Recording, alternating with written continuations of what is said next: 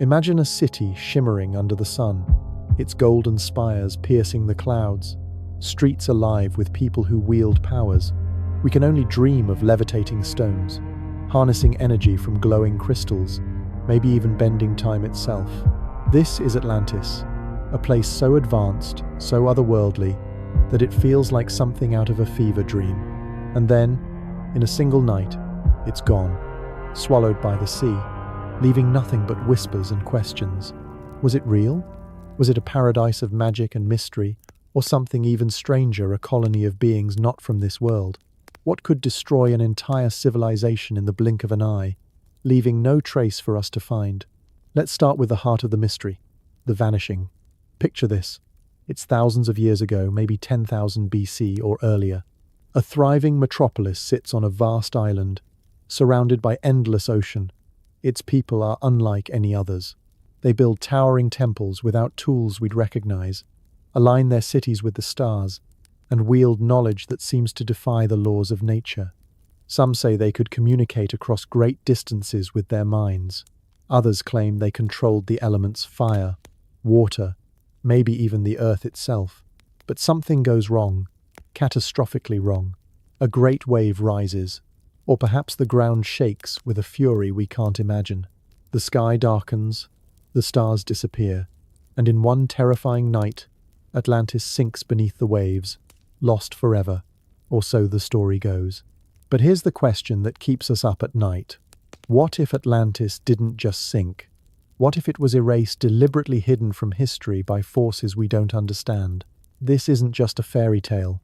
The story of Atlantis comes to us from one of the greatest minds of ancient Greece, Plato. Around 360 BC, Plato wrote about this lost world in two of his works, Timaeus and Critias.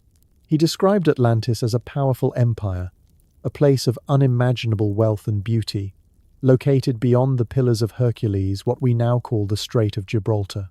According to Plato, Atlantis was a hub of advanced technology and culture, with concentric rings of water and land, canals that rivaled Venice, and a society ruled by kings who descended from the gods. But they grew greedy, corrupt, and arrogant. The gods, angered by their hubris, unleashed a punishment so severe that the entire island was swallowed by the sea in a single day and night. Plato's account is so vivid, so detailed, that it feels like more than a myth. Could he have been describing a real place, a real event, or was he spinning a story to teach a lesson about pride and power? Let's dig into what makes Atlantis so gripping. First, there's the sheer scale of it. Plato tells us Atlantis was bigger than Libya and Asia Minor combined. Think modern-day North Africa and Turkey mashed together. This wasn't some tiny village. It was a sprawling empire with a capital city that dazzled the senses. Imagine walking through streets paved with shimmering stone, past temples adorned with gold and silver, and seeing ships glide through intricate canals. The heart of the city was a massive palace, surrounded by rings of water and walls that gleamed under the sun. At its center stood a temple to Poseidon, the god of the sea, who, according to legend, founded Atlantis. Inside that temple, a statue of Poseidon himself, driving a chariot pulled by winged horses, crafted entirely of gold. This wasn't just wealth. It was wealth on a scale that screams something extraordinary was happening here. But it's not just the beauty that hooks us. It's the technology, or maybe the magic. Plato hints that the Atlanteans had abilities we can't fully grasp. They built without cranes or machines, moving massive stones with precision we still struggle to explain in places like Egypt or Stonehenge. Some researchers, like the late Graham Hancock, have suggested Atlantis might have mastered energy sources we've lost to time. Crystals, for example. Stories from ancient texts and modern mystics talk about Atlantean crystals that glowed with power, used to heal, communicate, or even power entire cities. Sound far-fetched? Maybe. But then you look at places like the Bermuda Triangle, where ships and planes vanish without a trace, and you start to wonder, could the triangle be a remnant of Atlantis? Its lost energy still disrupting our world? Some even claim the triangle's strange magnetic fields are proof of ancient technology lying dormant beneath the waves. Now, let's talk location. Where was Atlantis? Plato said it was beyond the Pillars of Hercules, which points to the Atlantic Ocean. But scholars and adventurers have been chasing this ghost for centuries, and they've come up with some wild ideas. Some pin it in the Mediterranean, near the island of Santorini, where a massive volcanic eruption around 1600 BC wiped out the Minoan civilization. The eruption was catastrophic ash clouds, tsunamis, an entire island blown apart. Could this be the real Atlantis? Others look to the Bahamas, where underwater structures like the Bimini Road huge, rectangular stones arranged in a pattern look too perfect to be natural. Then there's Antarctica. Yes, Antarctica. Some theorists, citing ancient maps like the Piri-Reis map from 1513, argue that Atlantis was a temperate paradise before a polar shift buried it under ice. Each theory has its holes, but each one keeps the mystery alive. Because if Atlantis was real, where's the proof? Why haven't we found its ruins? Here's where it gets even weirder. What if Atlantis wasn't just a human civilization? Enter the ancient astronaut theory. Some researchers, like Erich von Däniken, argue that Atlantis wasn't built by humans alone. They point to Plato's story of Poseidon and his divine lineage, suggesting the gods were extraterrestrials who gifted the Atlanteans advanced knowledge. Think about it. Structures aligned with the stars, crystals that defy physics, a society that seemed light, years ahead of its time. Could Atlantis have been a colony, a testing ground for beings from another world? And when it fell, was it an accident or a cover-up? Some even tie Atlantis to other ancient sites, like the pyramids of Giza or the Nazca Lines, claiming they're all part of a global network built by the same otherworldly architects. It's a stretch, sure, but it's the kind of idea that makes you stare at the ceiling at 2 a.m., wondering what we've missed. So why did Atlantis disappear? Plato says it was divine punishment, but that feels too simple. Geologists point to natural disasters, earthquakes, tsunamis, volcanic eruptions that could have swallowed an island whole. The Atlantic Ocean is no stranger to catastrophe. Underwater faults and shifting plates could easily erase a landmass. But then there's the timing. Plato places Atlantis around 9,000 years before his time, roughly 9,600 BC. That's long before any known civilization, which makes some scholars dismiss it as fiction.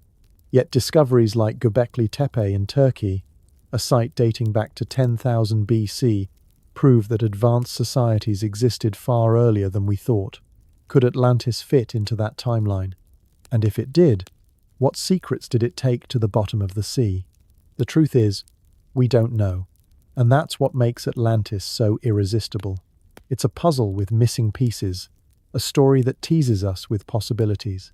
Was it a utopia of magic and wisdom, or a cautionary tale of greed and destruction? Was it human, divine, or something else entirely?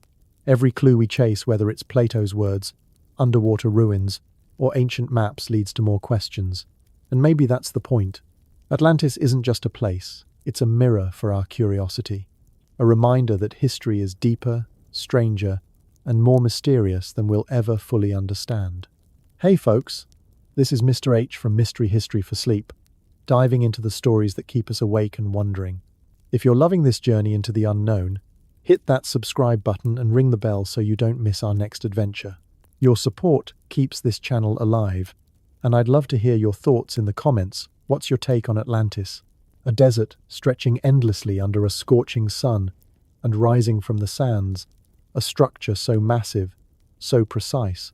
It defies everything we think we know about the ancient world.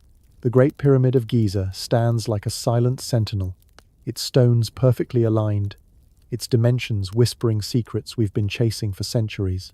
How did a civilization, with no machines, no cranes, no modern tools, build something so colossal that even today's engineers marvel at it? Was it sheer human will, or something more magic perhaps, or a technology so advanced we've lost its name? The pyramids of Egypt aren't just tombs, they're riddles carved in stone, daring us to unravel their truth. Were they built with spells whispered in torchlit chambers, or with knowledge that came from beyond the stars? Let's start with the raw facts, because the numbers alone are staggering. The Great Pyramid, built around 2600 BC, for Pharaoh Khufu, is made of roughly 2.3 million limestone blocks, each weighing between 2 and 80 tons.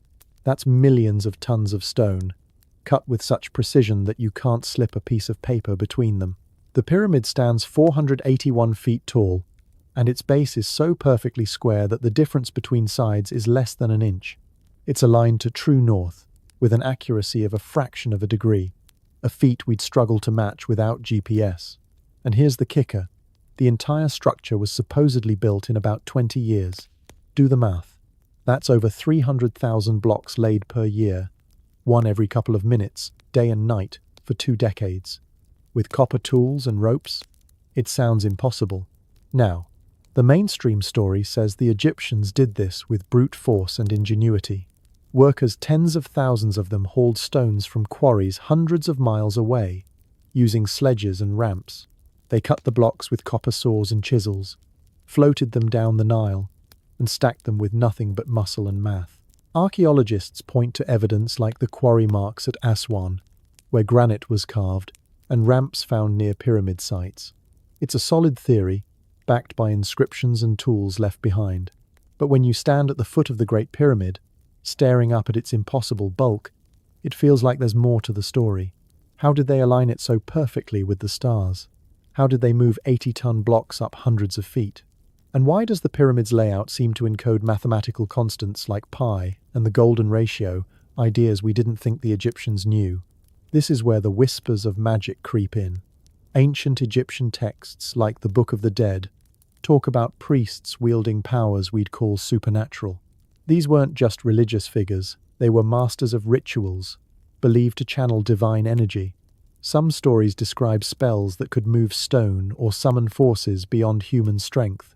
The Egyptians revered Thoth, the god of wisdom and magic, who was said to hold the secrets of creation itself. Could their priests have tapped into something, some energy, some knowledge that let them manipulate matter in ways we can't explain? The pyramid texts, carved into the walls of later pyramids, speak of pharaohs ascending to the stars, their souls guided by cosmic forces. The Great Pyramid's air shafts, aligned with constellations like Orion and Sirius, suggest it wasn't just a tomb, but a machine, a conduit to the heavens. Was this architecture, or something closer to sorcery? But magic isn't the only explanation that raises eyebrows. Let's talk technology specifically, the kind that sounds like it belongs in a sci-fi novel. The precision of the pyramids has fueled theories that the Egyptians had help, maybe from a civilization far older or far stranger than we imagine. Take the Great Pyramid's measurements. Its perimeter, when divided by its height, approximates pi to an uncanny degree. The layout of the 3 Giza pyramids mirrors the belt of Orion, a constellation tied to Egyptian mythology. Coincidence? Maybe. But then you have sites like Pumapunku in Bolivia or Göbekli Tepe in Turkey, built thousands of years earlier with similar precision, suggesting a global knowledge we can't trace. Some researchers, like engineer Christopher Dunn, argue the Great Pyramid wasn't a tomb at all but a power plant. Its chambers designed to resonate with the Earth's frequencies, generating energy we've forgotten how to harness. Sound wild? Sure. But the granite coffer in the king's chamber vibrates at a frequency that matches certain quartz crystals, and the chamber itself is built with granite that conducts energy. Could the Egyptians have known something we've lost? Now, let's dive into the darker side. The curses. Everyone's heard of the curse of Tutankhamun's tomb, discovered in 1922 by Howard Carter. Within months of opening the tomb, several members of the expedition died under strange circumstances. Lord Carnarvon, the dig's financier, succumbed to a mysterious infection. Others reported accidents, illnesses, even madness. Newspapers at the time screamed about a pharaoh's curse, and while skeptics blame bacteria or coincidence, the stories persist. Older texts hint at something more. Egyptian priests were said to protect sacred sites with spells, binding spirits to guard them. The Book of the Dead mentions words of power that could harm intruders. Even today, locals near Giza speak of strange lights and whispers around the pyramids at night. Are these just ghost stories? Or is there some energy still lingering in the stones? Then there's the extraterrestrial angle, because no mystery this big escapes the ancient astronaut theory. Writers like Erich von Däniken point to the pyramids' precision and their alignment with Orion's belt, suggesting they were built with help from beings not of this earth. The Egyptians themselves spoke of sky gods who descended to teach them wisdom. The god Osiris, linked to Orion, was said to bring knowledge of agriculture and architecture. Could these gods have been visitors from another world, sharing technology that let the Egyptians build wonders we can't replicate? The idea's been mocked, but it's hard to dismiss when you consider the Pyramid of Khafre's casing stones polished to a mirror-like finish, cut with a precision that modern lasers would envy. And what about the Sphinx? Its weathered face suggests it's far older than the pyramids, maybe predating the Egyptians entirely. Was it built by a lost civilization, one that passed its secrets to the pharaohs? Let's not ignore the practical mysteries either. The logistics alone are mind-boggling. The nearest quarry for the Great Pyramid's limestone was half a mile away, but the granite came from Aswan, 500 miles south. Moving those blocks, some weighing as much as a locomotive over that distance, then lifting them hundreds of feet, seems impossible without advanced tools. Yet no pulleys or cranes have been found. Some suggest the Egyptians used water, floating stones on barges, or creating artificial canals. Others propose acoustic levitation, a technique where sound waves lift heavy objects. It sounds like fantasy, but experiments today show sound can move small objects. Could the Egyptians have scaled it up? Ancient texts mention priests using chants and vibrations in rituals. Maybe they weren't just praying, maybe they were working. The pyramids also hide secrets in their design. The king's chamber, deep inside the Great Pyramid, is built entirely of granite, a stone that's incredibly hard to cut even today. Its walls are perfectly flat, its joints seamless. The chamber's proportions follow the golden ratio, a mathematical principle that appears in nature and art but wasn't formally defined until centuries later. The air shafts, once thought to be for ventilation, point directly to specific stars, suggesting a purpose tied to astronomy or spirituality. And then there's the so-called Queen's Chamber, with its mysterious niches and chemical traces. Some say it was used for rituals, others for generating energy. Every detail feels deliberate, as if the pyramid was more than a monument. But what was it for? Theories abound, and that's what keeps us hooked. Maybe the pyramids were temples, channeling divine power. Maybe they were observatories, mapping the cosmos. Or maybe they were something we can't yet name, a technology or magic we've forgotten. The Egyptians left us clues, but no answers.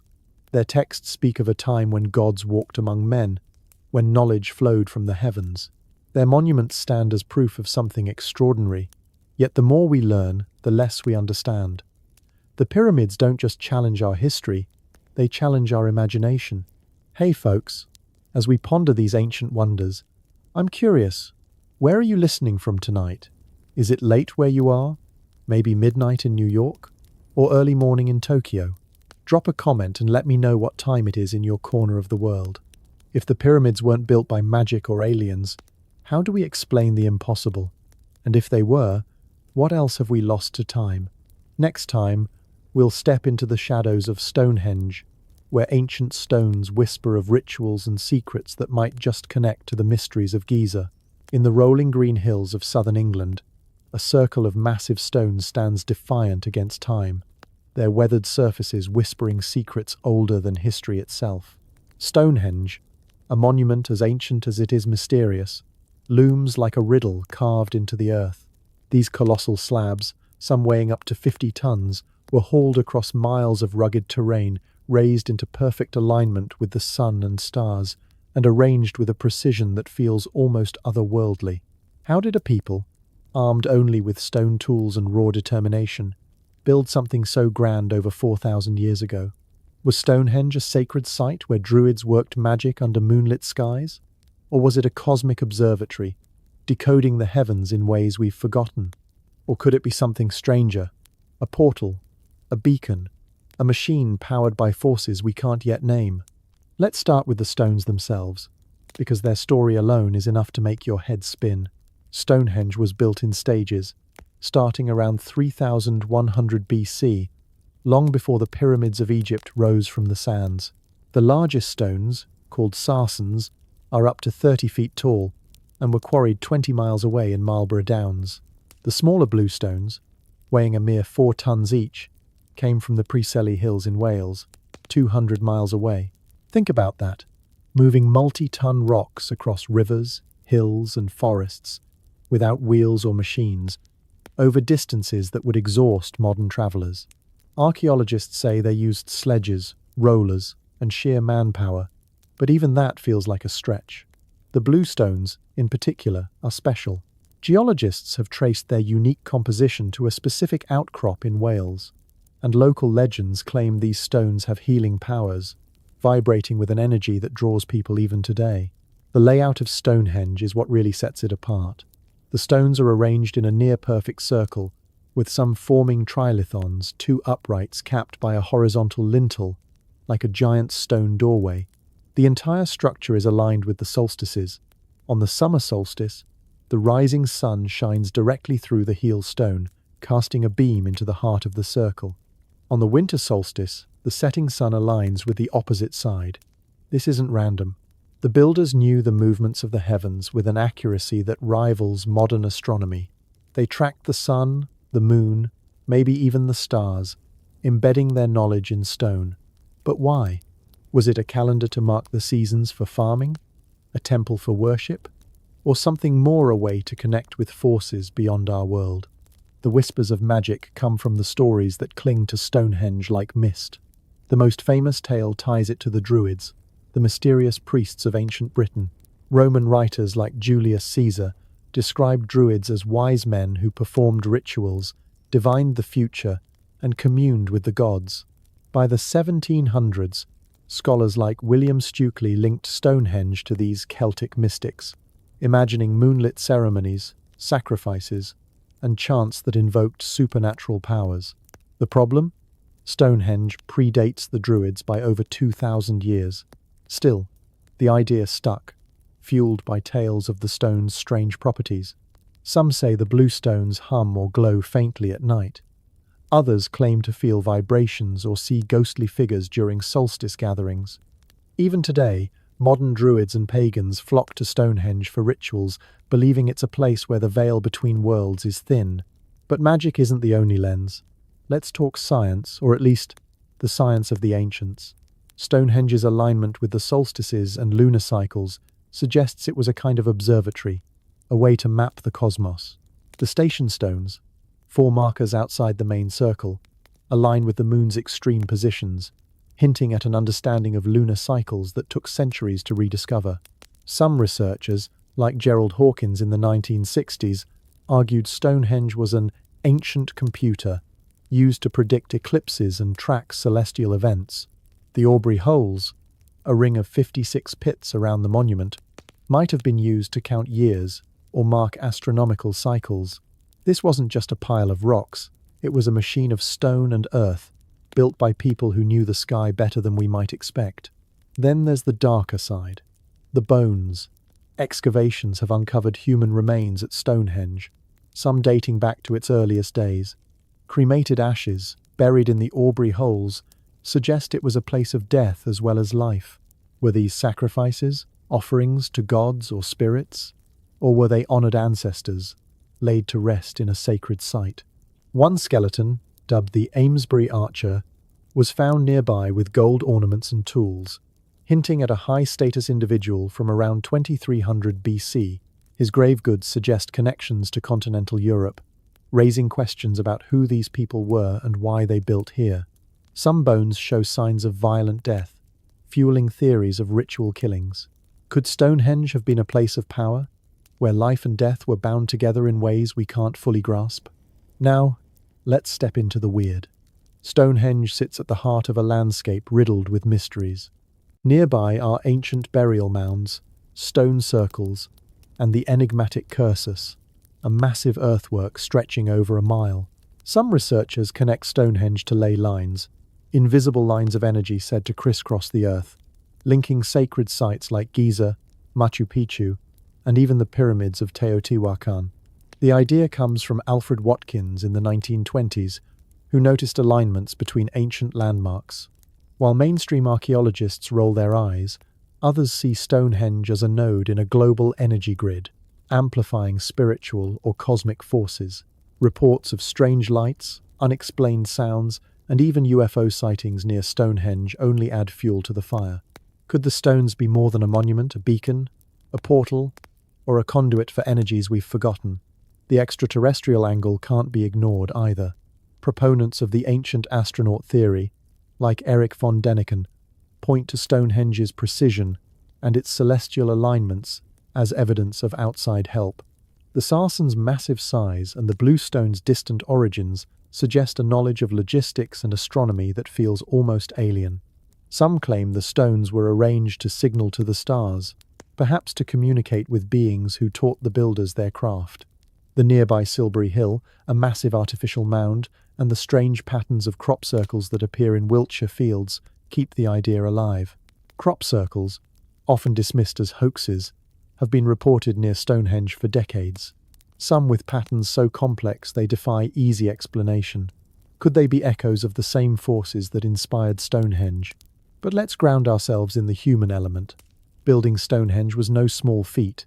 It required not just muscle but coordination, planning, and a shared vision across generations.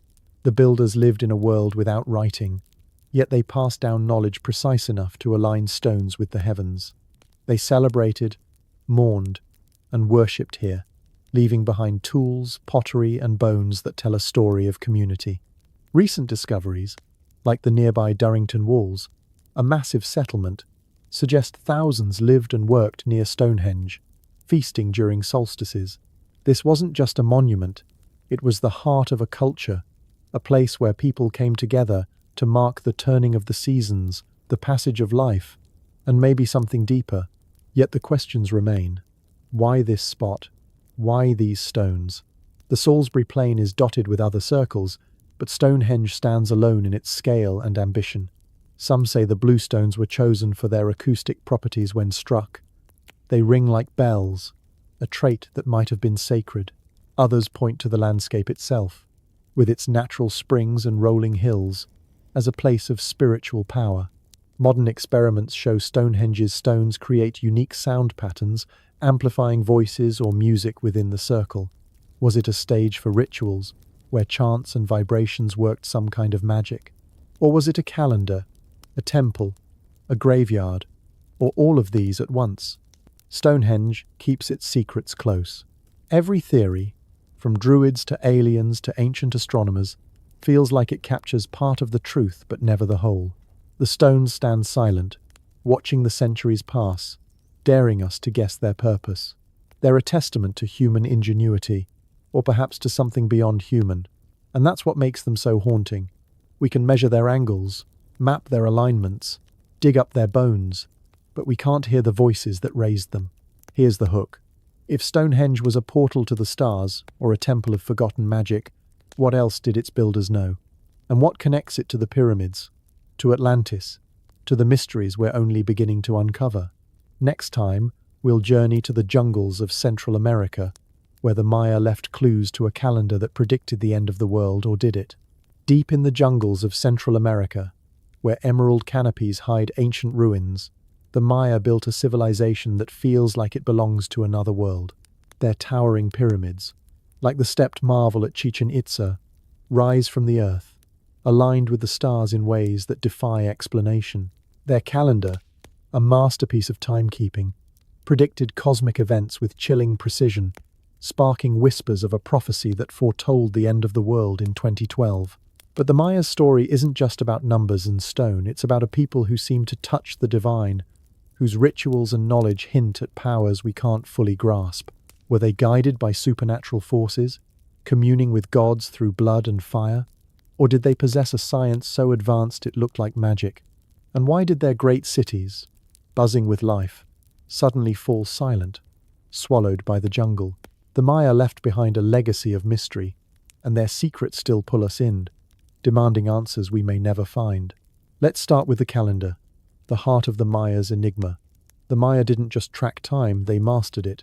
Their long count calendar, developed over 2,000 years ago, measured time in cycles stretching back to a mythical creation date around 3100 BC. This wasn't a simple tally of days. It was a cosmic clock, tracking the movements of the sun, moon, and planets with an accuracy that rivals modern computers. The calendar's cycles, called Baktuns, span roughly 400 years each. The 13th Baktun ended on December 21st, 2012, a date that sent the world into a frenzy. New Age thinkers, doomsday preppers, and even Hollywood latched onto it, claiming the Maya predicted the apocalypse. But did they? The Maya themselves saw the end of a Baktun as a transition, a time of renewal, not destruction. Yet the precision of their calculations, pinpointing solstices and equinoxes across millennia, makes you wonder, how did they know so much? Were they watching the skies with tools we've never found, or were they guided by something beyond the stars? The calendar's power comes alive at Chichen Itza, the Maya's crown jewel. The pyramid of Kukulkan, also called El Castillo, is a marvel of architecture and astronomy. Its 91 steps on each of 4 sides, plus the platform at the top, total 365, matching the days in a solar year.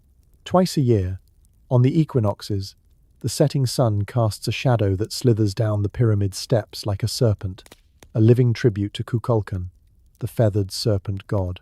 Crowds still gather to see it, a spectacle that feels like magic made real. The pyramid's design encodes more. Its proportions reflect the cycles of Venus, a planet sacred to the Maya. How did a people with no telescopes map Venus's orbit so precisely? Some say they used observatories, like the circular El Caracol at Chichen Itza, with windows aligned to track stars. Others whisper of shamanic visions, where priests entered trances to commune with celestial beings. Either way, the Maya's knowledge feels too vast for their time. Then there's the darker side, the rituals. The Maya believed the gods demanded blood to keep the cosmos in balance. At Chichen Itza's sacred cenote, a massive sinkhole filled with turquoise water, archaeologists have dredged up gold, jade, and human bones offerings to the rain god, Chark. Priests performed sacrifices, sometimes tearing out hearts atop pyramids, believing the act fueled the god's power. These weren't random acts of violence. They were sacred, tied to the calendar's cycles. During key astronomical events, like Venus's rising, sacrifices intensified, as if the Maya were syncing their rituals with the heavens. The Popol Vuh, the Maya's creation myth, speaks of gods who shaped humanity from maize, demanding worship in return. Were these gods real beings, as some claim, or metaphors for cosmic forces? The rituals hint at a worldview where the line between physical and spiritual blurred, where blood opened doors to other realms. But the Maya's mysteries don't stop at their calendar or sacrifices. Their cities, Palenque, Tikal, Copan, were masterpieces of engineering. Temples rose hundreds of feet, their stones cut with precision rivaling Egypt's pyramids. The Maya built without metal tools, using obsidian and wood, yet their structures endured centuries of jungle, heat, and rain. Palenque's Temple of the Inscriptions hides a secret, a hidden tomb for King Pakal, discovered in 1952. His sarcophagus lid, carved with intricate symbols, shows Pakal rising toward the heavens, surrounded by cosmic imagery. Some, like Eric von Däniken, see a man in a spaceship, fueling theories that the Maya had contact with extraterrestrials. Mainstream scholars dismiss this, pointing to the lid's clear ties to Maya mythology, but the image is eerie, too mechanical, too precise for a simple myth. Could the Maya have encoded knowledge of technology we don't understand? The greatest mystery of all is the collapse. Around 900 AD, the Maya's great cities emptied out. Tikal's plazas, once alive with thousands, fell silent. Temples were abandoned, swallowed by vines. What happened? Drought is one theory, tree ring data, and lake sediments show a severe dry spell in the region. Overpopulation and warfare may have strained resources, as evidenced by fortified cities and mass graves. But the speed of the collapse feels unnatural. Entire regions were deserted within decades, leaving tools, pottery, even food behind. Some legends speak of a spiritual crisis, where the gods turned away from the Maya, or priests misread the stars. Others point to the calendar, wondering if a cosmic event unseen by us triggered their downfall. The Maya didn't vanish entirely. Their descendants live today, preserving traditions. But the heart of their civilization was lost, its secrets buried in the jungle. Let's talk about the extraterrestrial angle, because the Maya invite it. Ancient astronaut theorists point to carvings like Pakal's sarcophagus, which seem to depict advanced machinery. At Copan, stelae show rulers, with what look like headsets or mechanical devices.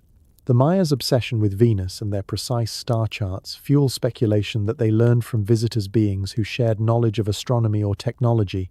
The Popol Vuh mentions sky gods, who descended to teach humanity. Could these have been aliens, as some claim, or symbolic representations of celestial forces? The Nazca lines in Peru, not Maya but from the same era, show massive geoglyphs visible only from the air, as if meant for someone above. Were the Maya part of a larger network, connected to sites like Stonehenge or Giza, built under guidance from the stars? Then there's the supernatural lens. The Mayas' shamans were more than priests, they were seers, believed to travel between worlds. Using hallucinogens like psilocybin mushrooms or the venom of the bufo toad, they entered trances, claiming to speak with gods or ancestors. These visions shaped their art, their calendars, their rituals. The Dresden Codex, one of the few surviving Maya books, details astronomical tables alongside rituals, blending science and spirituality. Some say the shamans tapped into a universal consciousness, a kind of cosmic internet, to gain their knowledge. Others see their rituals as evidence of lost energy sources, crystals perhaps, like those tied to Atlantis, or vibrations harnessed through chants. The cenote at Chichen Itza, with its offerings of jade and gold, feels like a portal, a place where the Maya reached beyond the physical world. The Maya's legacy is a puzzle with missing pieces.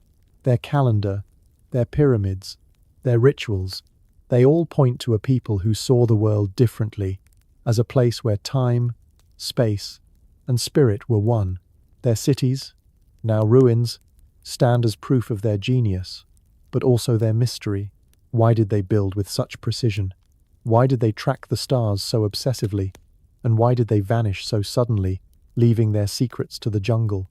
Every discovery, a new tomb, a hidden glyph only deepens the questions. The Maya didn't just live in the world. They seem to understand it on a level we've lost, a level that feels like magic, or maybe something more. Oh, and if you're as fascinated by these ancient riddles as I am, consider hitting that subscribe button and ringing the bell. It'll keep you in the loop for more mysteries like this. Drop a comment too. What do you think the Maya were counting down to? If the Maya's calendar didn't predict the end of the world, what were they really counting down to? And what connects their lost cities to the ancient gods of Sumer, who claim to come from the stars? Next time, we'll unravel the enigma of the Sumerians, where clay tablets tell of beings who shaped humanity itself, or so the story goes. In the cradle of civilization, where the Tigris and Euphrates rivers carve through the sun-scorched plains of modern-day Iraq, the Sumerians built a world that feels like it was touched by the divine. Over 6,000 years ago, they raised towering ziggurats, etched their stories into clay, and created the first written language, cuneiform, long before the pyramids of Egypt or the stones of Stonehenge. But their legacy is more than bricks and words. It's a tapestry of gods, star-born visitors, and inventions so advanced they seem to defy their time. The Sumerians spoke of beings called the Anunnaki, sky gods who descended to shape humanity itself. Were these deities metaphors for natural forces, or something far stranger, extraterrestrial architects of our world? From mysterious artifacts like the Baghdad Battery to tales of a great flood that echo across cultures, the Sumerians left clues that pull us into a question. Was their civilization built on magic, divine wisdom, or a technology we've lost to the sands? The Sumerians appeared around 4000 BC, in what we now call Mesopotamia, a land so fertile it birthed the first cities Uruk, Ur, Eridu. They weren't just farmers, they were innovators. They invented the wheel, developed irrigation systems that tamed the rivers, and created a writing system that turned fleeting words into eternal records.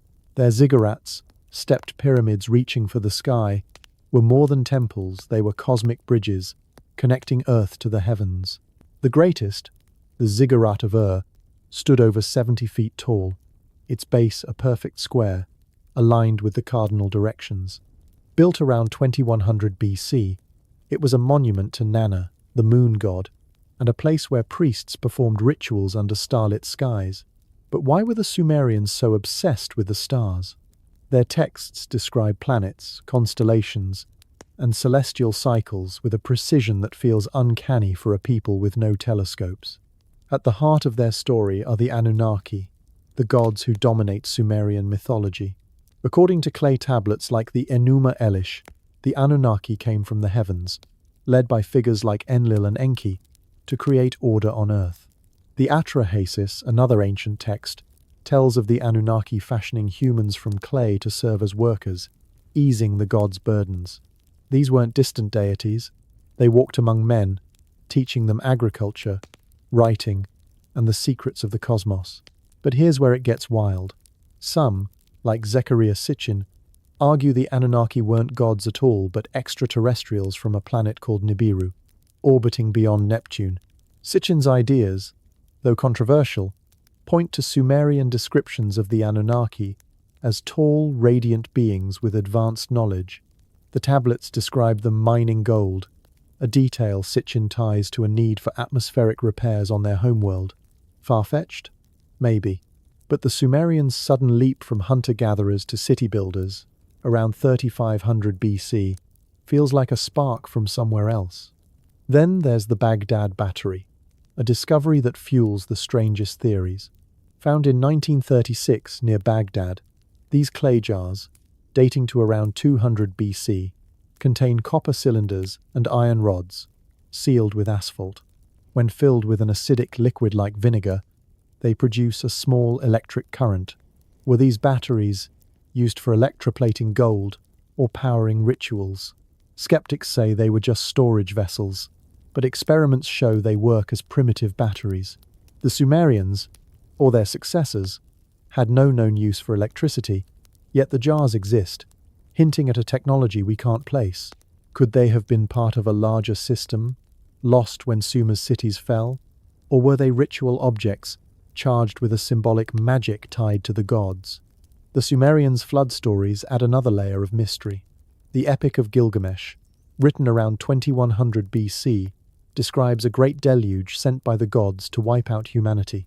A man named Utnapishtim survives by building a boat, guided by Enki, much like Noah in the Bible. Similar flood myths appear in cultures worldwide, from the Greeks to the Maya, but the Sumerian version is the oldest. Geological evidence supports a massive flood in Mesopotamia around 2900 BC, possibly caused by a meteor impact or river overflow. But the story's details a divine warning. A chosen survivor suggests the Sumerians believed their gods controlled the Earth's fate. Were these gods celestial beings, as some claim, or personifications of nature's fury? The flood's echo across cultures raises a bigger question. Was it a shared memory of a real event, one that reshaped the ancient world? Let's talk about the ziggurats, because they're more than just architecture. These massive structures, like the one at Ur, were built with millions of mud bricks, baked in ovens and laid with precision. Their step design, rising in terraces, mirrored the Sumerians' view of the cosmos, a layered universe connecting earth, sky, and the divine. Priests climbed their stairways to perform rituals, offering sacrifices to gods like Inanna, goddess of love and war. Some texts describe ceremonies involving chants, incense, and star watching, as if the ziggurats were observatories as much as temples. The alignment of ziggurats with cardinal directions and constellations suggests a deep astronomical knowledge. Could they have been more than religious sites, perhaps energy hubs, like the pyramids of Giza, channeling forces we don't understand? Some fringe theories even link ziggurats to ancient power grids, tied to ley lines or lost technologies. The Anunnaki myths fuel the wildest speculations. Sumerian tablets describe these gods arriving in skyboats, or chariots of fire, landing in places like Eridu, the first city. The Enuma Elish speaks of Marduk, a chief god, wielding weapons that sound like lasers or energy beams. While mainstream scholars see these as poetic metaphors, ancient astronaut theorists like Erich von Däniken point to them as evidence of extraterrestrial visitors. The Sumerians' sudden advancements, writing, mathematics, astronomy seem to explode out of nowhere, as if gifted by someone or something with superior knowledge. Their star charts, etched on seals and tablets, show planets like Jupiter and Venus, and some claim even Uranus, invisible to the naked eye. How did they know? Were they taught by beings who came from the stars? Or did they tap into a universal wisdom through rituals we'd call magic? The supernatural angle runs deep in Sumerian culture. Their priests, called Ensi, were more than religious leaders. They were seers, healers, and keepers of sacred knowledge. Texts describe rituals where priests entered trances, possibly using herbs or incense to commune with the gods. Cylinder seals, small stone carvings, show scenes of humans kneeling before radiant figures, often with wings or halos. Were these depictions of divine encounters, or something more tangible? Some suggest the Sumerians used sound or vibration, like the Maya or Egyptians, to access altered states or move massive stones. The ziggurats' acoustics, with their open courtyards and high platforms, could amplify chants, creating effects we'd now call sonic resonance. Was this magic, or a lost science dressed in spiritual clothing? By around 2000 BC, their cities began to decline, weakened by invasions, drought, and shifting rivers. Once a thriving metropolis, was abandoned, its ziggurat left to crumble. But their knowledge didn't vanish. It spread, influencing Babylon, Assyria, even the Greeks. The Epic of Gilgamesh inspired later myths, and Sumerian mathematics shaped astronomy for centuries. Yet the heart of their civilization, with its tales of sky gods and cosmic wisdom, faded into legend. Why did they fall so quickly? Some point to environmental collapse, salty soil from over-irrigation, confirmed by archaeological evidence. Others wonder if a spiritual crisis, like the Mayas, played a role. The tablets are silent on the cause, leaving us to speculate. The Sumerians' legacy is a paradox. A civilization so advanced it feels alien, yet so human it aches with familiarity. Their stories of gods and floods, their ziggurats reaching for the stars, their artifacts hinting at forgotten technologies, all point to a people who saw the world as a place of wonder and power. Were the Anunnaki real beings, visitors from another world, or symbols of human ambition? Was Sumer's rise a gift from the heavens, or a triumph of ingenuity? The clay tablets, now cracked and faded, hold clues but no answers. They challenge us to look up, to the stars, and wonder what truths lie buried in the sands of Mesopotamia. If the Sumerians learned from gods who came from the sky, what else did those gods leave behind? And what connects their lost wisdom to the forgotten continent of Lemuria, a land of mystics and crystals that vanished beneath the waves? Next time, we'll chase that mystery across the Pacific, where another civilization waits to tell its story. Lemuria, or Mu as some call it, is said to have been a vast continent, a paradise of lush jungles, shimmering cities, and people who wielded powers we can only imagine: telepathy, levitation, perhaps even mastery over life itself. Thousands of years ago, this land vanished, swallowed by the sea in a cataclysm that left no trace, only whispers in ancient texts and the strange pull of intuition. Was Lemuria a real place, a cradle of civilization older than Sumer or Egypt? Or is it a myth, a story spun to explain the unexplainable?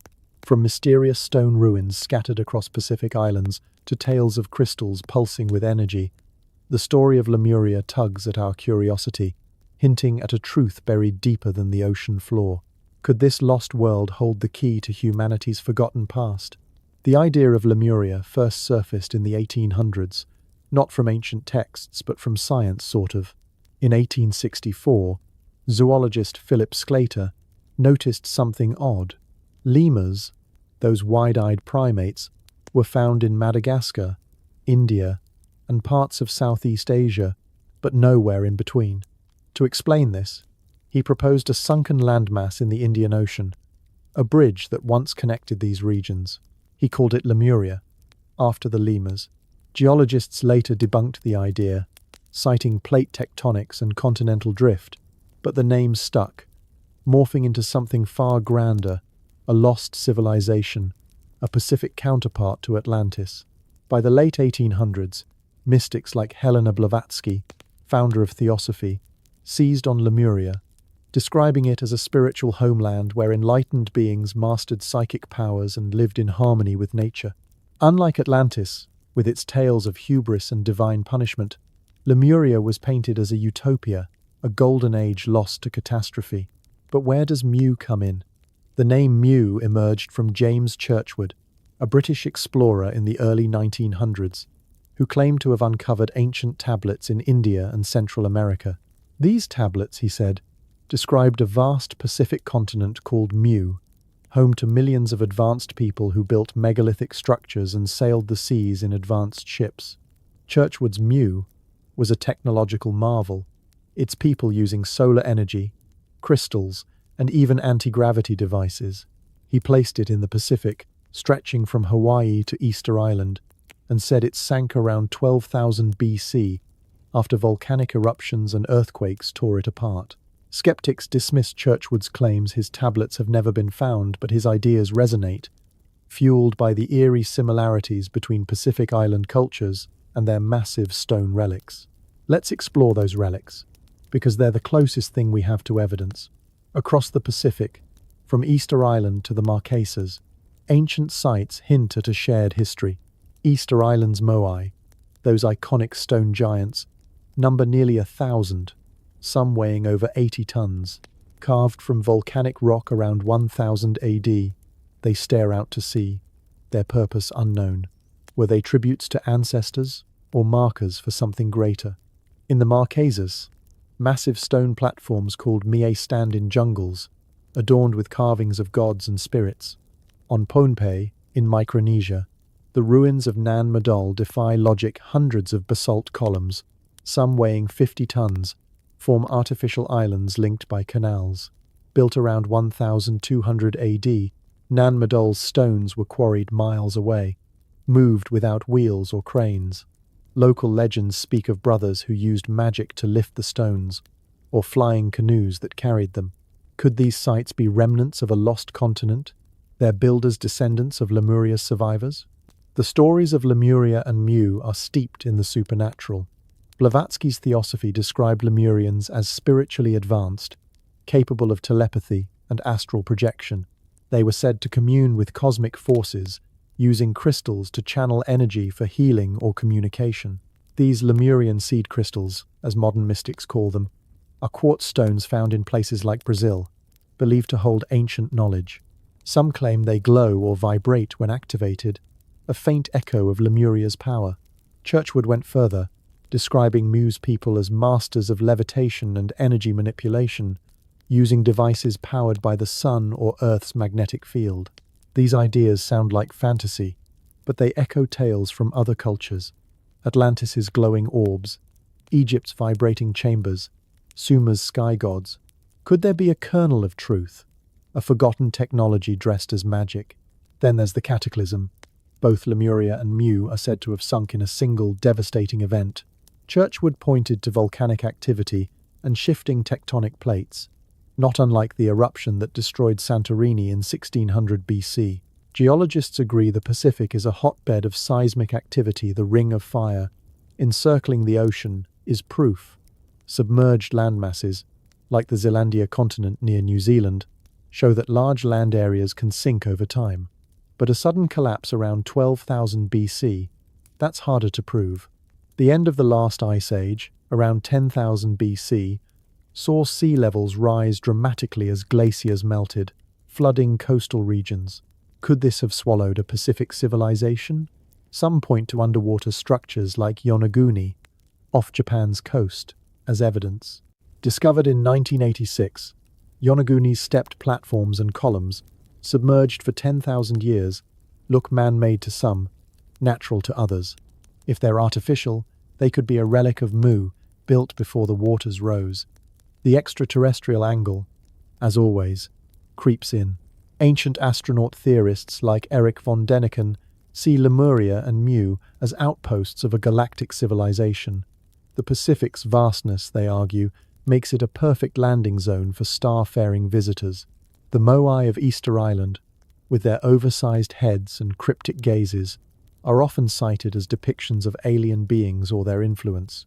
Nan Madol's massive stones, moved without modern tools, suggest technology beyond human means, perhaps anti-gravity, as Churchwood claimed. The Popol Vuh, the Maya creation myth, speaks of sky gods who taught humanity, echoing Sumer's Anunnaki. Could Lemuria have been a hub for such visitors, its people gifted with knowledge that vanished when the continent sank? The shared myths across Pacific cultures, gods descending from the heavens, great floods fuel the idea of a common origin, perhaps guided by beings from above. But let's ground ourselves in the human story. The Pacific Islands, from Hawaii to Tonga, share linguistic and cultural threads that hint at a connected past. Polynesian navigators, using only stars and currents, sailed thousands of miles, suggesting an ancient seafaring tradition.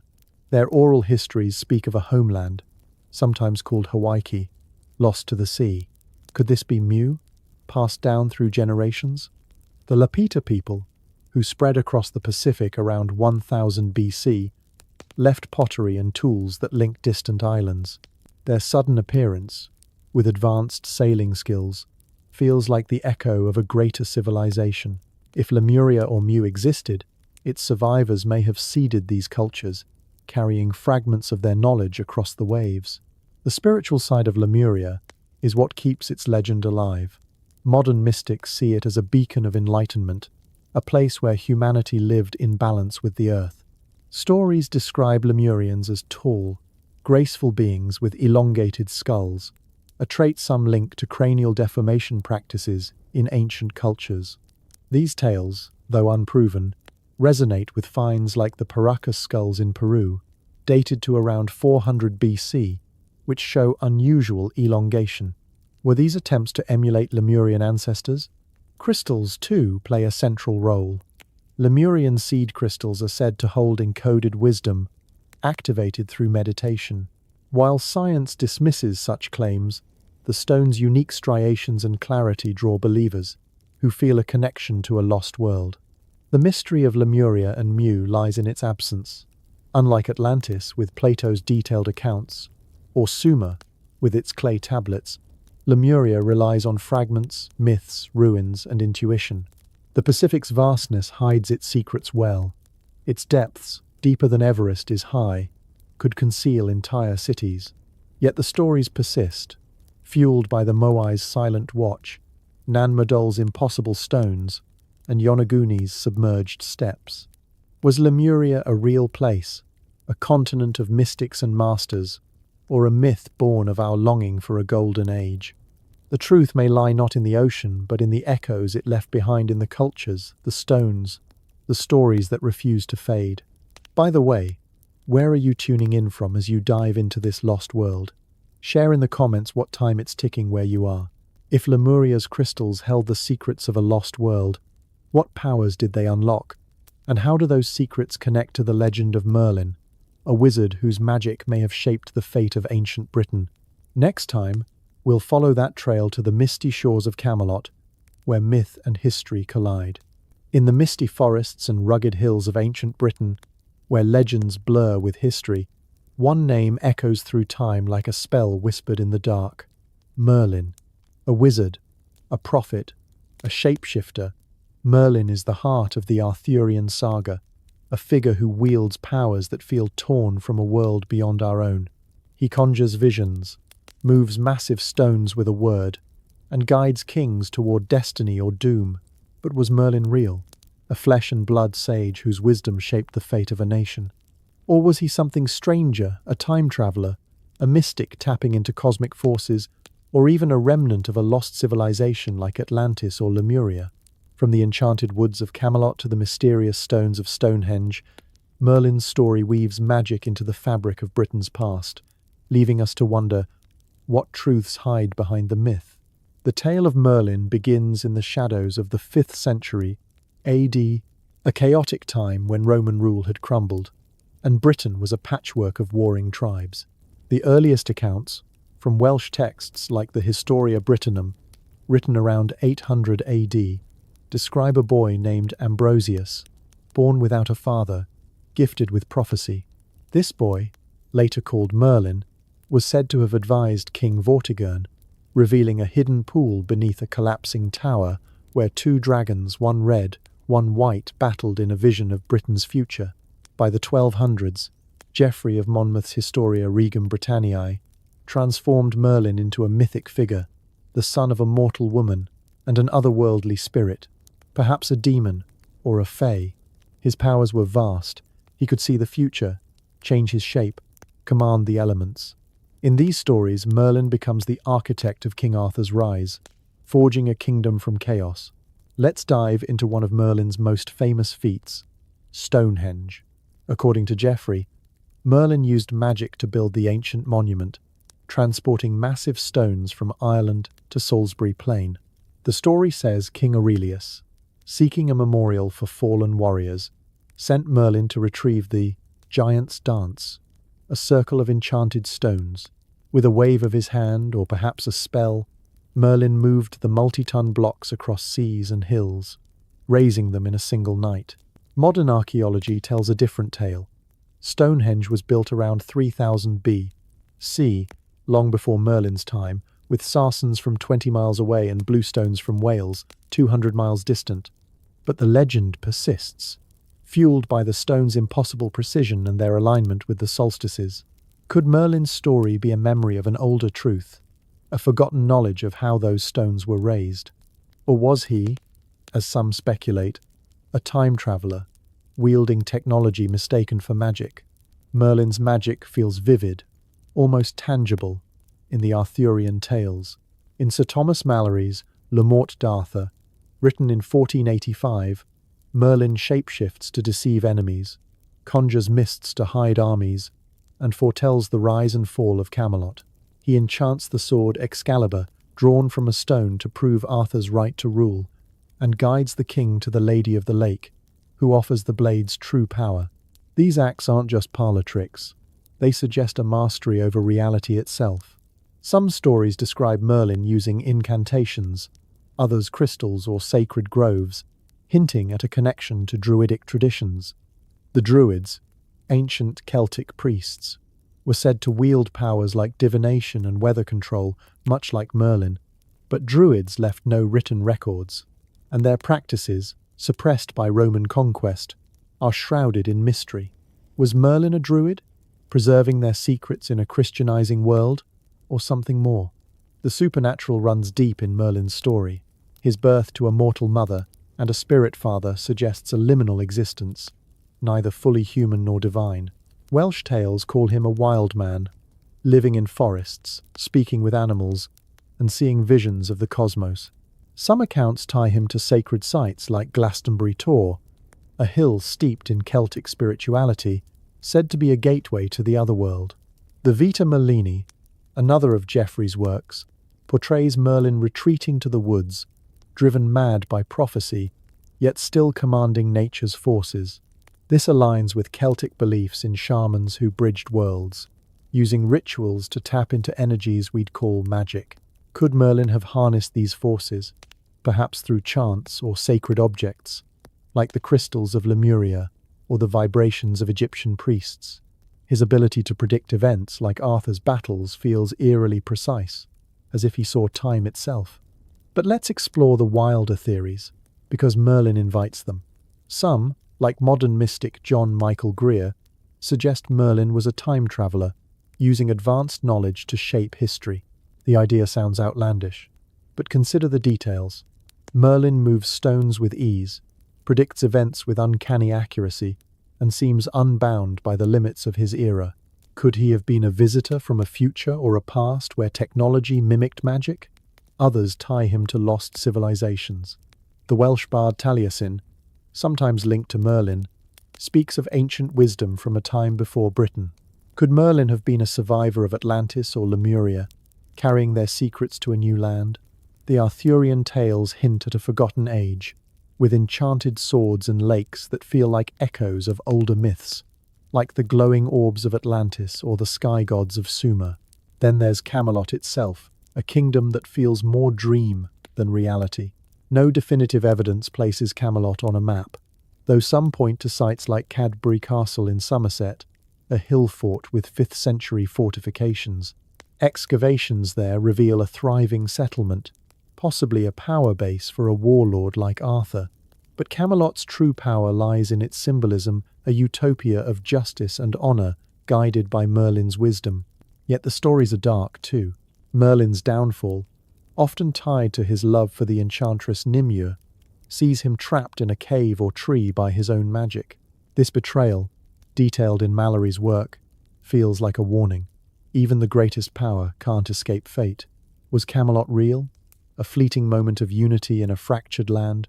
Or a myth to inspire hope? Merlin's role as its architect suggests he held knowledge beyond his time, whether from gods, spirits, or something stranger. The extraterrestrial angle, as always, finds a foothold. Ancient astronaut theorists like Erich von Däniken point to Merlin's powers, shapeshifting, prophecy, stone moving as signs of alien technology. His birth from a spirit could be a coded reference to extraterrestrial origins, like the Anunnaki of Sumer or the sky gods of the Maya. The Lady of the Lake, who gifts Excalibur, mirrors myths of divine beings bestowing tools on humanity. Could she, or Merlin, have been linked to visitors who shared advanced knowledge? The connection to Stonehenge, with its celestial alignments and mysterious origins, fuels the idea. Some even speculate that Merlin used alien devices, disguised as magic, to raise the stones, tying Britain's myths to a global network of ancient wonders. But let's ground ourselves in the human story. If Merlin existed, he was likely a composite of real figures, advisors, bards or priests who shaped early British history.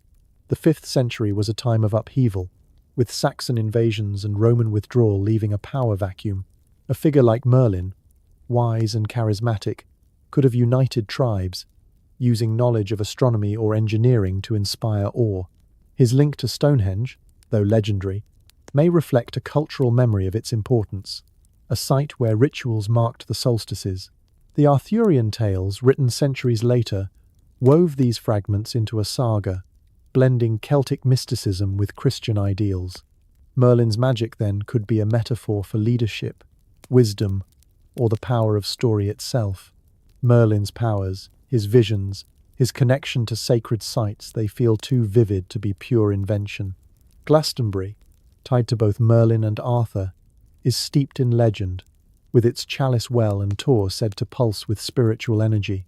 Visitors report strange lights, mists, even voices near these sites, echoing tales of Merlin's presence. Was he a mystic, tapping into ley lines or earth energies, like those linked to Stonehenge? The Arthurian saga, with its blend of history and magic, keeps Merlin alive, a figure who challenges us to believe in the impossible. If Merlin's magic was real, what secrets did he carry from the shadows of Britain's past? And how do they connect to the golden cities of the Inca, where mountains hide ruins that whisper of gods and lost treasures? Next time, we'll climb the Andes to uncover the enigma of Machu Picchu, where the line between myth and reality blurs once more. High in the Andes Mountains, where clouds drape jagged peaks and the air feels charged with ancient whispers, the Inca built a city that seems to defy the laws of gravity and time. Machu Picchu, perched at nearly 8,000 feet above sea level, is a marvel of stonework, its terraces and temples clinging to cliffs as if grown from the earth itself. Constructed around 1450 AD, this hidden citadel was abandoned within a century, swallowed by jungle, until its rediscovery in 1911. Its walls, built without mortar, fit so tightly a knife blade can't slip between them. Its alignment with the stars and solstices suggests a purpose beyond mere habitation. Was Machu Picchu a sacred sanctuary, a royal retreat, or something stranger, a place where the Inca tapped into cosmic energies or communed with gods? From its impossible architecture to legends of lost gold and mysterious geoglyphs, Machu Picchu holds secrets that pull us into the heart of the Andes, where magic and mystery reign. Let's start with the stones, because they tell a story of ingenuity that borders on the miraculous. Machu Picchu's builders carved granite blocks, some weighing over 50 tons, with such precision that their joints are seamless, enduring centuries of earthquakes without shifting. Unlike the Egyptians or Sumerians, the Inca had no iron tools or wheels, relying on stone hammers and bronze chisels. Yet they shaped blocks to fit irregular contours, creating walls that curve with the landscape. The Temple of the Sun, a semicircular masterpiece, sits atop a massive boulder, its stones polished to a mirror-like sheen. The Intihuatana, a carved stone pillar, aligns with the solstices, casting no shadow at midday on key dates. How did the Inca, in a rugged terrain, thousands of feet above the nearest quarry, move and place these stones? Local legends speak of shamans chanting to soften the rocks, making them pliable like clay. Modern science scoffs, but the precision feels almost supernatural, as if the Inca knew secrets we've lost. The city's location adds to the enigma. Machu Picchu sits between two peaks, Huayna Picchu and Machu Picchu Mountain, in a saddle of the Andes, surrounded by the Urubamba River's sacred valley. Its isolation, hidden from below, suggests it was built to be secret, a refuge for royalty or priests. Archaeologists like Hiram Bingham, who rediscovered it, believed it was a royal estate for Emperor Pachacuti, who expanded the Inca Empire in the 1400s. Others see it as a spiritual center, a place for rituals to honor Inti, the sun god. The Temple of the Three Windows, with its trapezoidal openings, frames the rising sun on the solstice, while the Intihuatana stone, called the hitching post of the sun, was used in ceremonies to mark time. The Inca saw the sun as a divine force, and their architecture reflects this, with stones and terraces aligned to capture its light. But why build so high, so remote? Was Machu Picchu a fortress against invaders, a sanctuary for sacred rites, or a beacon for something beyond Earth? The Inca's spiritual world was rich with magic, or what we'd call magic. Their priests, called amortas, performed rituals involving coca leaves, chicha, fermented corn drink, and sacrifices, often of llamas or, in rare cases, humans. These ceremonies, tied to the stars and seasons, were believed to maintain cosmic balance. The quipu, a system of knotted cords, recorded everything from taxes to astronomical data, a kind of code we still can't fully decipher. Some say the Inca used these rituals to tap into earth energies, especially at Machu Picchu, where the site's granite contains quartz crystals that amplify electromagnetic fields. Modern visitors report feeling a vibration or energy at the Intihuatana, and geomagnetic surveys show unusual readings around the site. Could the Inca have harnessed these forces, like the crystals of Lemuria or the chambers of Giza, for healing or communication? Their oral traditions, preserved by descendants, speak of shamans who spoke with the mountains, suggesting a deep connection to the land's power. Then there's the legend of the lost gold. When the Spanish conquered the Inca in the 1530s, they plundered vast treasures, but stories persisted of a hidden cache, the lost city of gold. Some believe Machu Picchu was this city, though its rediscovery yielded no gold, only stone. Others point to Vilcabamba, another lost city, as the true hiding place. Spanish chronicles describe Inca priests spiriting away treasures to protect them from conquistadors, possibly using secret tunnels or remote sanctuaries. In 1911, Bingham found pottery and tools at Machu Picchu but no gold, fueling theories that it was already moved. Local Quechua tales speak of sacred objects, like golden statues of Inti, buried in the Andes. Could Machu Picchu's true purpose have been to guard such treasures, not just physical but spiritual, tied to rituals we don't understand? The extraterrestrial angle, as always, finds a foothold. Ancient astronaut theorists like Erich von Däniken point to the Incas' astronomical precision and their myths of sky gods. The Popol Vuh, a Maya text from a neighboring culture, describes beings who descended from the heavens, and Inca legends echo this with Viracocha, the creator god who emerged from Lake Titicaca to teach humanity. Viracocha, often depicted as bearded and pale, stands out in a culture with little facial hair, leading some to speculate he was an alien visitor. The Nazca lines, just south of Inca territory in modern Peru, add fuel to this theory. These massive geoglyphs, etched into the desert around 500 BC, depict animals, humans, and geometric shapes, visible only from the air. Were they signals to the gods or to beings in the sky? Machu Picchu's alignment with stars like the Pleiades, sacred to the Inca, suggests a cosmic connection, perhaps to the same forces that guided the Maya or Sumerians.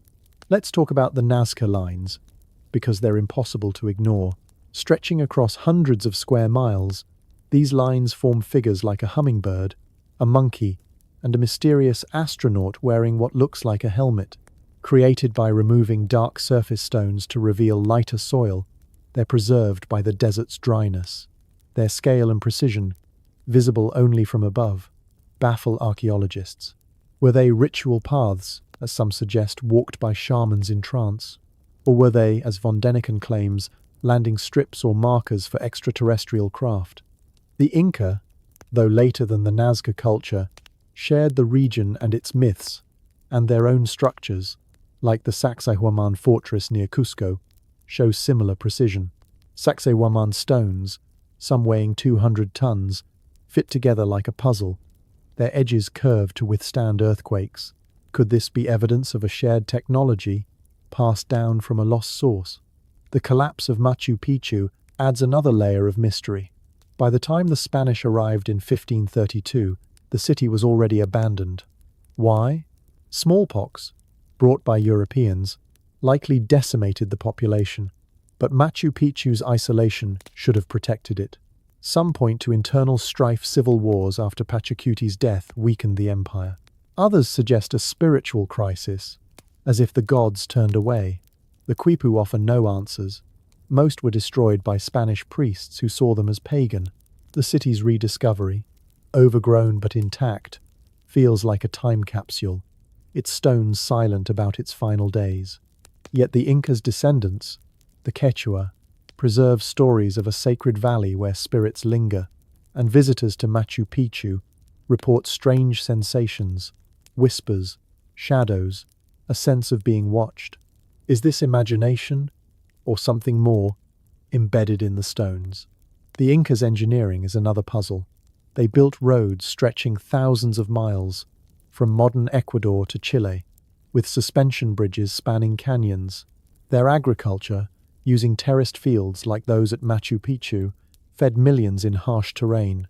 Their knowledge of astronomy, encoded in structures like the Intihuatana, tracked solstices and equinoxes with precision.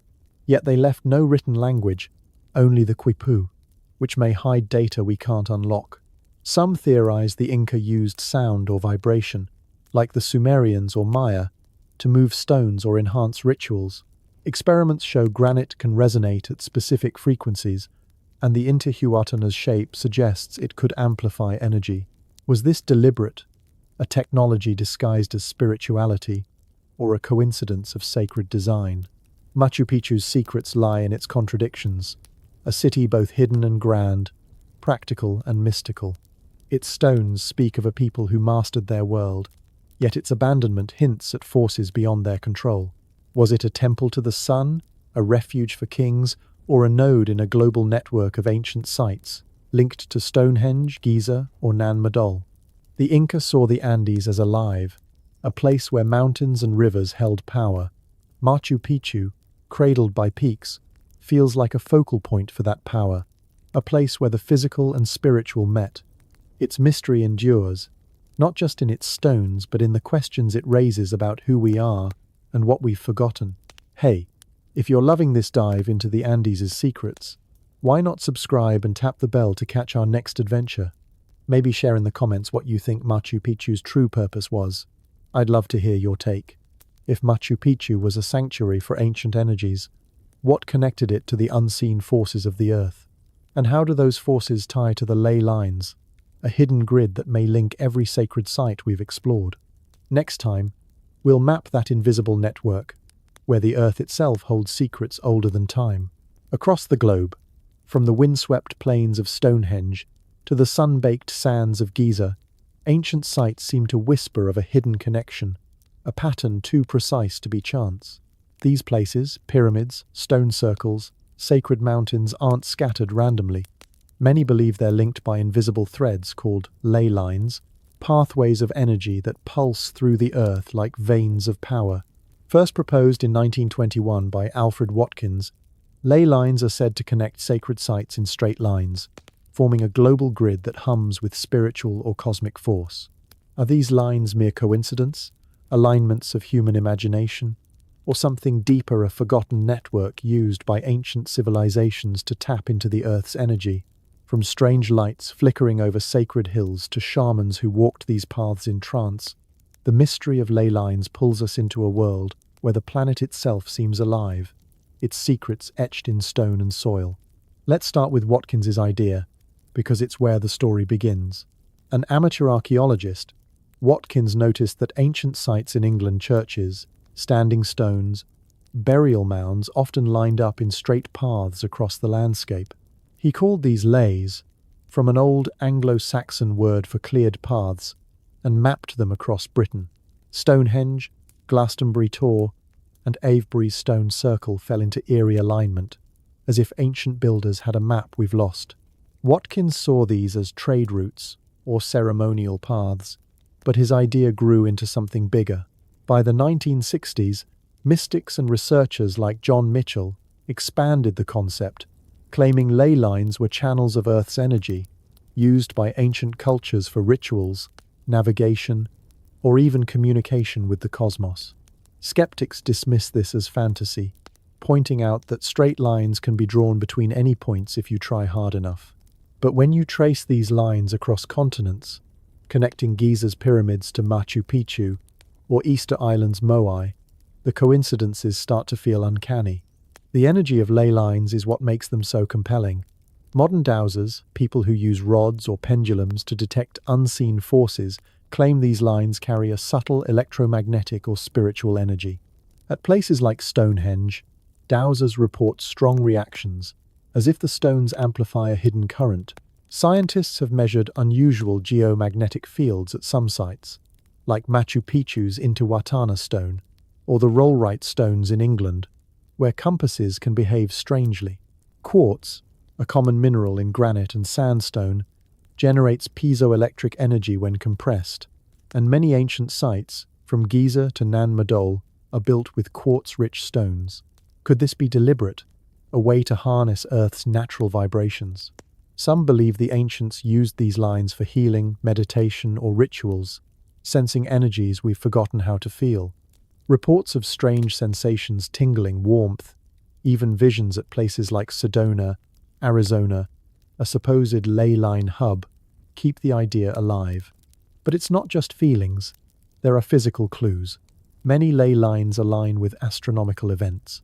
Stonehenge's solstice alignments, Giza's Orion connection, and Machu Picchu's Pleiades link suggest ancient builders chose sites with cosmic precision.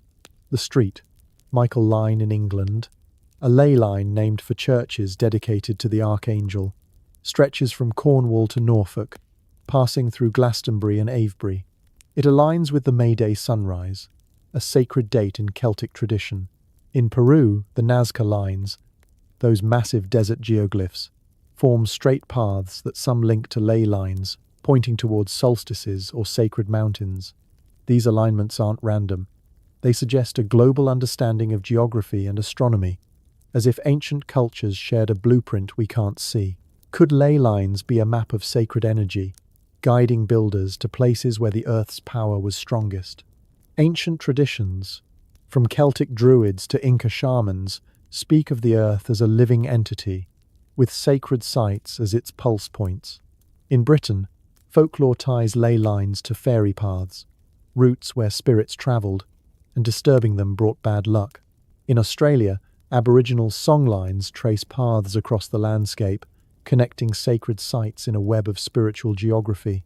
These paths, passed down through oral tradition, guided rituals and navigation, much like Watkins's leys. In China, feng shui principles align buildings with dragon lines, energy flows believed to influence fortune. Across cultures, the idea persists. Certain places hold power, and connecting them creates a network of spiritual or cosmic significance. Shamans, like those of the Maya or Sumerians, may have walked these lines in trance, using plants or chants to access altered states, tapping into what mystics call the world soul. Then, there's the extraterrestrial theory, because no mystery this big escapes it. Ancient astronaut proponents, like Eric von Däniken, see ley lines as evidence of a global grid designed by alien visitors. They point to sites like the Nazca lines, visible only from the air, or the precise alignments of Giza and Teotihuacan, as markers for beings who navigated from above. Some claim ley lines are energy conduits, used by ancient cultures to signal extraterrestrials or power advanced technologies.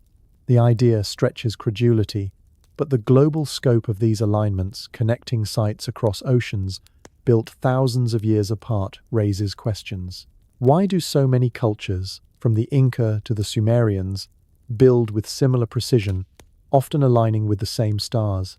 Could ley lines be a remnant of a shared knowledge, gifted by beings from the stars, or a lost civilization like Atlantis? The phenomena tied to ley lines keep the mystery burning. At sites along these paths, people report strange lights, orbs, or unexplained sounds. Near Stonehenge, glowing spheres have been photographed, dismissed as lens flares but persistent in local lore. At Sedona, a ley line vortex. Visitors describe vivid dreams or sudden insights, and UFO sightings are common. Crop circles, those intricate patterns in fields, often appear near ley line sites, especially in Wiltshire, England, home to Stonehenge. While many are hoaxes, some, like those from the 1980s, show complex geometry and no signs of human tampering. Could they be messages, energy manifestations, or echoes of ancient knowledge? Even skeptics admit the pattern's precision is baffling, hinting at forces human or otherwise we don't understand. The darker side of ley lines involves their power. Some believe disturbing these lines, through construction or neglect, disrupts the Earth's balance. In England, old tales warn of building on fairy paths, leading to misfortune. Modern researchers like Paul Devereaux suggest ley lines may amplify psychic energy, explaining why sacred sites feel charged. Excavations at places like Avebury reveal human sacrifices, suggesting these sites were seen as portals to other realms. The Incas' rituals at Machu Picchu, tied to solstices and earth energies, hint at a similar belief. Were ley lines used to channel power, for good or ill? The idea of a global energy grid, tapped by shamans or priests, feels like a thread connecting every culture we've explored, from Suma's ziggurats to Merlin's enchanted groves.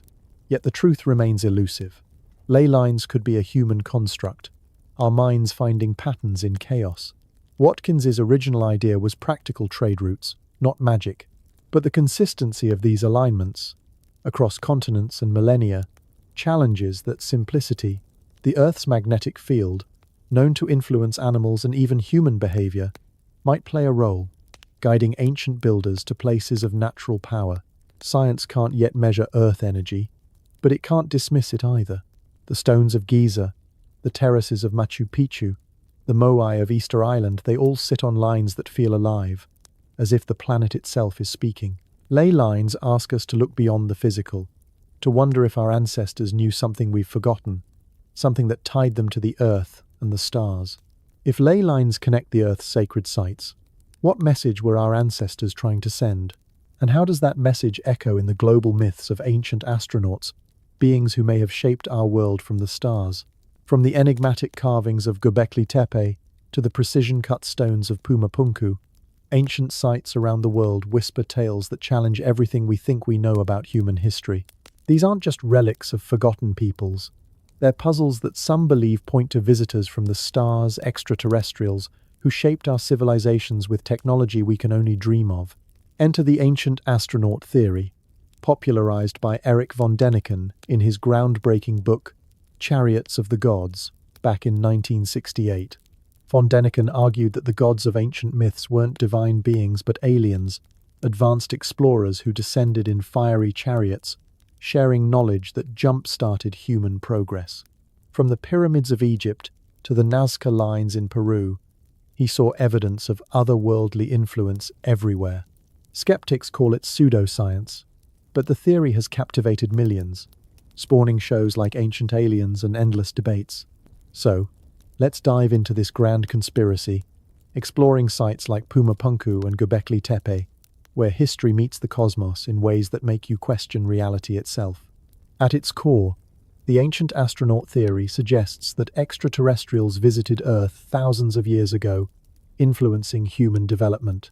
Von Däniken pointed to ancient texts like the Sumerian Enuma Elish or the Indian Mahabharata, which describe flying machines, powerful weapons, and gods descending from the heavens. In the Bible, Ezekiel's vision of a wheeled chariot from the sky sounds eerily like a UFO. These stories, von Däniken claimed, aren't metaphors but eyewitness accounts of alien encounters. The gods Zeus, Odin, Quetzalcoatl were astronauts. Their miracles advanced tech. This idea builds on earlier thinkers like Charles Fort, but von Däniken made it mainstream, arguing that humans couldn't have built wonders like the pyramids without help. His theory ties into paleo-contact, the notion that aliens crossbred with early humans, boosting our evolution. Critics, including Carl Sagan, dismissed it as racist, implying ancient peoples weren't smart enough on their own. Yet discoveries keep the debate alive, suggesting our ancestors knew more or had help than we credit. Take Pumapunku in Bolivia, a site that von Däniken and others hail as proof of alien engineering. Part of the larger Tiwanaku complex near Lake Titicaca, Pumapunku's ruins date back to around 536 AD, though some theories push it older, even to 15,000 BC. The stones here are massive, some weighing over 100 tons, cut with laser-like precision. H-shaped blocks interlock perfectly, with drill holes so straight and uniform they look machined. The andesite and sandstone, quarried miles away at over 12,000 feet elevation, show no chisel marks, just smooth surfaces and right angles that defy primitive tools. Archaeologists say the Inca or pre-Inca peoples used bronze chisels and ramps, but the precision rivals modern CNC machines. How did they achieve this without metal tools or wheels? Local legends speak of giants or gods building it overnight. Von Däniken suggests aliens used anti-gravity or sonic levitation, tying it to similar sites like Sacsayhuaman in Peru. Recent studies confirm the stone's accuracy, but no one knows how. Pumapunku's layout, aligned with astronomical events, hints at a cosmic purpose, perhaps a landing pad or energy device. The site's abandonment around 1000 AD, amid drought and invasion, left its secrets buried, but its stones scream of technology beyond its time. Then there's Göbekli Tepe in Turkey, a game-changer for archaeology and fuel for ancient astronaut fans. Discovered in the 1990s, this hilltop complex dates to around 9,500 BC, making it over 11,000 years old, twice as ancient as the pyramids, and 6,000 years older than Stonehenge. Built by hunter-gatherers, not settled farmers, Göbekli Tepe flips our understanding of civilization. Its massive T-shaped pillars, up to 20 feet tall and weighing 10 tons, are carved with animals, abstract symbols, and human-like figures. Circles of these pillars, enclosed by walls, form what's called the world's first temple. Excavations reveal over 200 pillars, with only a fraction uncovered.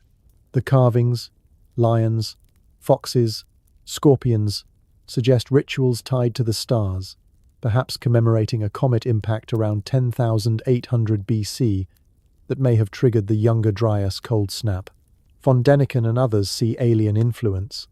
The pillars' precision, quarried from bedrock, and the site's burial around 8000 BC imply advanced knowledge. How did nomads organize thousands to build this without agriculture? Theories suggest it was a meeting place for shamans, or an observatory built with extraterrestrial guidance. Recent finds, like miniature models and 3D scans, show sophisticated planning, challenging the idea that complex society started with farming. Göbekli Tepe's symbols, echoing later cultures, hint at a lost chapter in human history, perhaps sparked by visitors from above. Crop circles tie into this too, bridging ancient mysteries with modern phenomena. These intricate patterns, appearing overnight in fields, have been reported since the 1600s, but exploded in the 1980s in England, near sites like Stonehenge. Most are hoaxes, made by pranksters with planks and ropes, but some defy explanation. Plants bent without breaking, with cellular changes suggesting microwave exposure. Theories link them to ancient civilizations. The Nazca lines, visible only from the air, or Sumerian seals showing circular designs. Von Däniken suggests crop circles are alien messages, echoing ancient geoglyphs. In Wiltshire, circles appear along ley lines, with patterns encoding math like pi or fractals. Some researchers, like those studying cymatics, sound-made patterns, think they're formed by sound waves or plasma. Ancient texts, like the Mowing Devil pamphlet from 1678, describe overnight circles attributed to demons or aliens, while skeptics point to human artists, unexplained cases, with UFO sightings nearby, keep the connection alive. Could crop circles be modern echoes of ancient astronaut communications, linking us to the builders of Göbekli Tepe or Picchu? This grand conspiracy weaves through every site we've explored. Atlantis's crystals, alien tech, Egypt's pyramids, built with extraterrestrial help, Stonehenge's alignments, signals to the stars, the Maya's calendar, gifted knowledge from visitors, Sumer's Anunnaki, literal aliens from Nibiru, Lemuria's mystics, survivors of cosmic contact, Merlin's magic, advanced devices from another world, Machu Picchu's precision, influenced by sky gods like Viracocha, possibly an alien, ley lines, an energy grid designed by extraterrestrials. The theory posits a global network, where aliens seeded civilizations, leaving clues in myths and monuments. Sites like Teotihuacan in Mexico, with its Pyramid of the Sun aligned to Orion, or Baalbek in Lebanon, with 1,000-ton stones, add weight. Baalbek's trilithon blocks, over 800 tons each, dwarf Pumapunku's, suggesting impossible lifting without help. But why? Theories vary.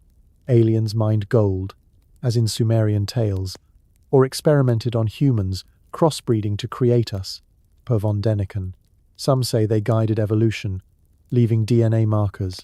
Modern UFO lore, like Roswell in 1947, suggests ongoing contact. Governments hide it, per conspiracy buffs, in places like Area 51. Evidence? Ancient art showing helmeted figures, like the Palenque sarcophagus lid, depicting a spaceship, or the Dogon tribe's knowledge of Sirius B, a star invisible without telescopes. Skeptics counter with cultural diffusion or human ingenuity, but anomalies persist. Göbekli Tepe's age challenges timelines. How did hunter-gatherers build before farming? Pumapunku's cuts suggest diamond tools. Unknown then. The theory's appeal lies in its wonder. It makes history epic, humans part of a cosmic story. Von Däniken, now in his 90s, still lectures, his ideas evolving with finds like Göbekli Tepe. Critics note his past fraud conviction, but the questions remain. If not aliens, how explain the leaps? From cave paintings to pyramids in millennia, the theory connects dots, from crop circles math to ancient texts flying vimanas. It's a lens seeing the extraordinary in the ordinary, urging us to look up. Yet it's not without flaws. Much relies on interpretation myths, as literal history ignores symbolism. Archaeological evidence shows human tools at sites, no alien artifacts, but mysteries endure. Göbekli Tepe's burial, as if hidden, Pumapunku's unfinished stones, abandoned mid-cut, crop circles' rapid formation, sometimes in storms. These fuel speculation, blending science and wonder. The ancient astronaut theory isn't proven, but it challenges orthodoxy, reminding us history's full of gaps, perhaps filled by stars. We've journeyed across oceans and millennia, chasing whispers of lost worlds and hidden truths. From the shimmering spires of Atlantis, swallowed by the sea, to the precision-cut stones of Giza, defying the tools of their time, we've explored mysteries that tug at our imagination. Stonehenge's silent circle, aligned with the stars, and the Maya's cosmic calendar, counting down to an unknown destiny, pull us deeper into the unknown. Suma's clay tablets speak of gods from the heavens, while Lemuria's sunken paradise hints at powers we've forgotten. Merlin's enchantments, Machu Picchu's skyward temples, and the invisible threads of ley lines weave a tapestry of questions, each site a clue to a past we don't fully understand. And then there's the bold idea of ancient astronauts, suggesting beings from beyond shaped our history, leaving their mark in stone and story. These mysteries spanning continents, cultures, and centuries aren't just relics. They're challenges, daring us to rethink who we are and where we came from. What ties these stories together isn't just their strangeness but their persistence. Atlantis, first told by Plato over 2,000 years ago, still haunts us, its name synonymous with lost greatness. The pyramids of Giza, standing for 4,600 years, mock our engineering with their precision. Göbekli Tepe, buried for 10,000 years, rewrites the timeline of civilization itself. Each site, each myth, carries a weight that feels too heavy for mere coincidence. The Sumerians' sudden leap to writing and astronomy, the Inca's impossible stonework at Machu Picchu, the eerie alignments of Stonehenge and the Nazca lines, they all point to a knowledge that seems out of place, too advanced, too connected. Were these the work of human genius, pushing the boundaries of what we believe possible? Or do they hint at something more magic, lost technology, or guidance from beyond the stars? The truth is, we don't have all the answers, and that's what makes these mysteries so gripping. Every discovery, a new tomb in Egypt, a submerged structure off Japan, a crop circle in a Wiltshire field raises more questions than it settles. The ancient astronaut theory, with its tales of extraterrestrial visitors, stretches the imagination but forces us to confront the gaps in our history. How did hunter-gatherers carve Göbekli Tepe's pillars before farming existed? Why do myths of sky gods and great floods echo across cultures, from Sumer to the Maya? What energy pulses through ley lines, making places like Sedona or Glastonbury feel alive? These aren't just puzzles, they're invitations to wonder, to dig deeper, to imagine a world where the impossible might be true. Let's linger on that wonder for a moment. Picture yourself standing at the foot of Machu Picchu, feeling the hum of the Intihuatana stone under your hand, or walking Stonehenge's circle at dawn, the first light of the solstice cutting through the mist. Imagine holding a Sumerian tablet, its cuneiform telling of gods who walked the earth. These moments connect us to our ancestors, to their dreams and fears, their triumphs and secrets. They built wonders we can't replicate, told stories we can't fully decipher. Whether it was magic, as Merlin's tales suggest, or technology, as Pumapunku's stones imply, they left us a legacy that begs exploration. The real magic isn't in finding answers, it's in the search, the way each question sparks another, pulling us closer to the truth or deeper into the mystery. As we close this journey, let's not tie it up neatly. History isn't a book with an ending. It's a map with paths yet to be walked. Atlantis may lie beneath the waves, or it may live in the stories we tell. The pyramids may be tombs, power plants, or something we can't name. The Anunnaki, Viracocha, the Lady of the Lake Gods, aliens or metaphors, they challenge us to look up, to the stars, to the earth, to ourselves. These mysteries remind us that our past is vast, untamed, and full of possibilities. They ask us to keep searching, to question what we're told, to dream of what might have been. So, let's take that invitation. Let's wander the ruins, read the myths, and listen to the whispers of a world that's never truly lost. And as you drift off tonight, pondering these ancient enigmas, I wish you a good night's sleep, filled with dreams of lost cities and starry skies. As we leave these ancient wonders behind, what new mysteries await us in the shadows of history? What secrets are still buried, waiting for us to uncover? And how will they change the story we tell about ourselves?